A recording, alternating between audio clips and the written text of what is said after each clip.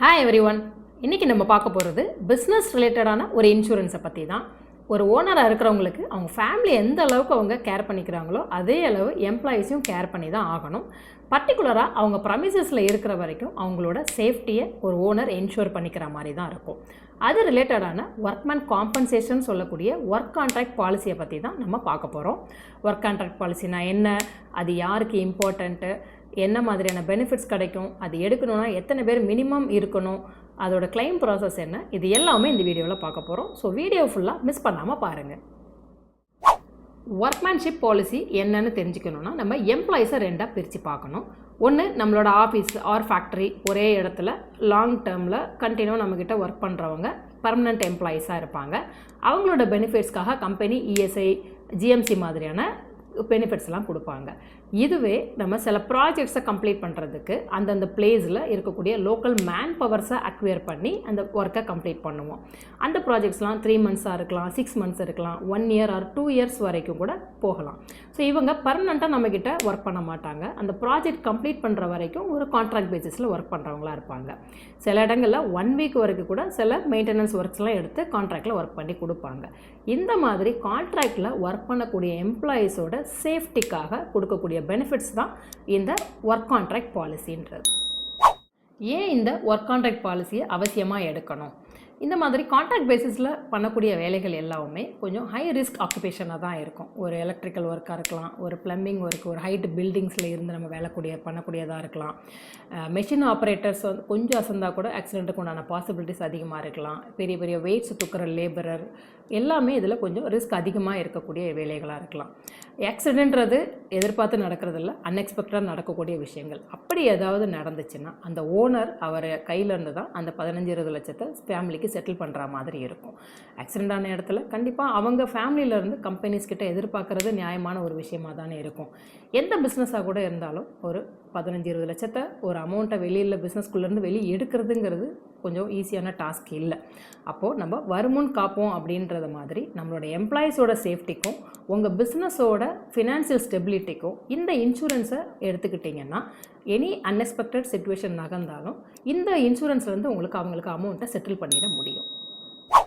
யாரெல்லாம் இந்த work contract policy எடுத்துக்கலான்னு பார்க்கலாமா?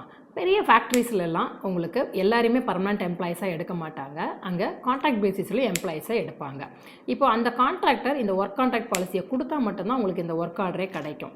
அதே மாதிரி நிறைய ஒரு எலக்ட்ரிக்கல் கான்ட்ராக்டாக இருக்கலாம், ப்ளம்பிங் கான்ட்ராக்டாக இருக்கலாம், இல்லை ஒரு பில்டிங் கன்ஸ்ட்ரக்ட் பண்ணுறவங்களா இருக்கலாம், இண்டிவிஜுவல் ஹவுஸை கன்ஸ்ட்ரக்ட் பண்ணுறவங்களுக்கு கூட இது எடுத்துக்க முடியும். நிறைய செக்யூரிட்டி மேன் பவர்ஸ்லாம் இன்றைக்கி கான்ட்ராக்ட் பேசிஸில் சப்ளை பண்ணுறாங்க. ஹவுஸ் கீப்பிங்ஸ் இன்றைக்கி நிறைய கான்ட்ராக்ட் பேசிஸில் சப்ளை பண்ணுறாங்க. பெரிய பெரிய ஃபேக்ட்ரிஸில் மெஷின் ஆப்ரேட்டர்ஸ் கான்ட்ராக்ட் பேசிஸில் சப்ளை பண்ணுறாங்க.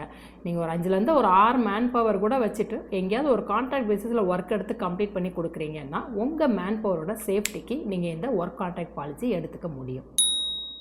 இதோட காஸ்ட்டு எவ்வளோ வரும்னு பார்த்தீங்கன்னா 200லேருந்து 500 ருபீஸ் நம்ம செலக்ட் பண்ணுற பெனிஃபிட்ஸை பொறுத்து இந்த ப்ரீமியம் வரும். நம்ம ஒரு 5 பேர் இருக்கக்கூடியவங்களுக்கு ஒரு ஒர்க் கான்ட்ராக்ட் பாலிசி எடுத்தோம்னா மேக்ஸ் 2000 ருபீஸ் வித் டேக்ஸே அவ்வளோதான் வரலாம்.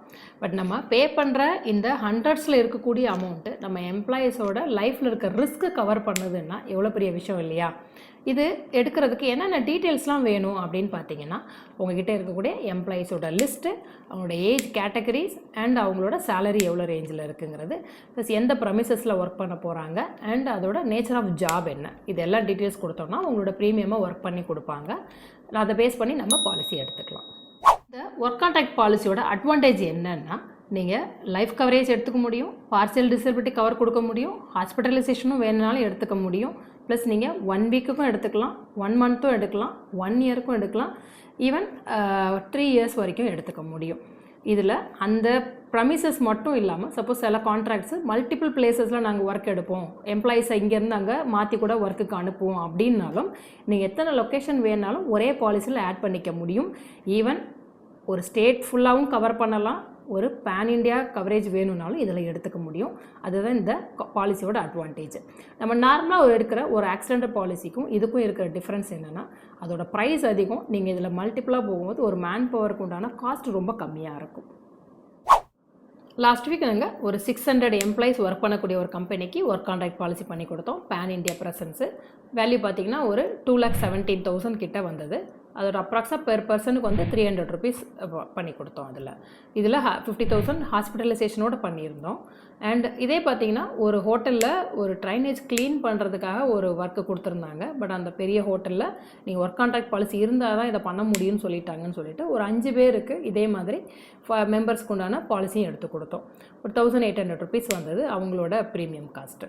ஸோ எனி ஒர்க்கு நீங்கள் ஒர்க் கான்ட்ராக்ட் பேசிஸில் பண்ணுறீங்க அப்படின்னாலே இந்த பாலிசியை உங்களால் எடுத்துக்க முடியும்.